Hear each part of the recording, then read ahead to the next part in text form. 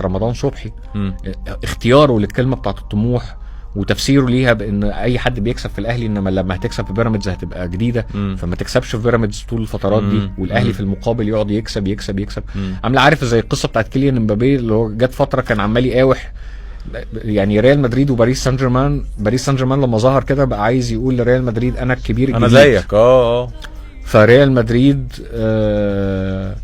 بطوله ورا الثانيه ورا الثالثه ورا الرابعه، وكيليان امبابي قاعد هنا عمال يكلفهم فلوس، بس هو في الاخر كيليان امبابي باصص على فرقه عماله تكسب 4 تشامبيونز ليج من ساعه ما اتفوضت معاها، وانا كل مره احط ايدي في وسطي. فالاحساس العام كان سخيف يعني.